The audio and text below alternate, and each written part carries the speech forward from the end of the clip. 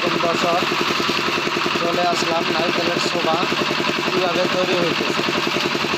এই সুন্দর একটা মেশিনের মাধ্যমে আপনারা দেখতেছেন যে এই মেশিনের মাধ্যমে এই সুন্দর একটি নারকেলের শোভা আর মেশিন তৈরি করা হয়েছে। বিষয়টা খুবই সুন্দর, আশ্চর্যজনক। এই শোভা এভাবে তৈরি করতেছে যে এরকম আলাম শোভাগুলা ভাঙাইতেছে, এরকম আলাম শোভাগুলা ভাঙতেছে।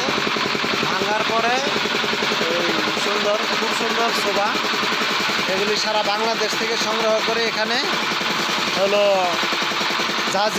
জাজিমের জন্য ব্যবহার করা হয়, বিভিন্ন শোভার জন্য ব্যবহার করা হয়, সিডের জন্য ব্যবহার করা হয়। এইখানে প্রচুর নারকেলের শোভা আছে।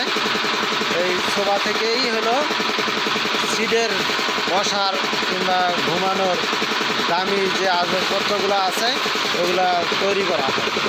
আর এখান থেকে ঠিক এইভাবে মেশিনের মাধ্যমে এসে এখানে এরকম করে ভাঙানো হয়। ভাঙানোর পরে যে দেখতে পাচ্ছেন যেভাবে ভাঙানোর পরে হলো এটার ভিতরে হলো প্যাকেটজাত করার পরে হলো এরা সাপ্লাই করে। খুবই মনমুগ্ধকর একটি পরিবেশ, খুবই ভালো লাগতেছে। আমি হলো রেজাউল করিম সুমন, আলহামদুলিল্লাহ ভালো আছি। আপনারা ভালো থাকবেন। এইগুলি ওয়েট করে ওজনের মাধ্যমে বিক্রি করা হয়। এই হলো ওয়েটের স্কেল,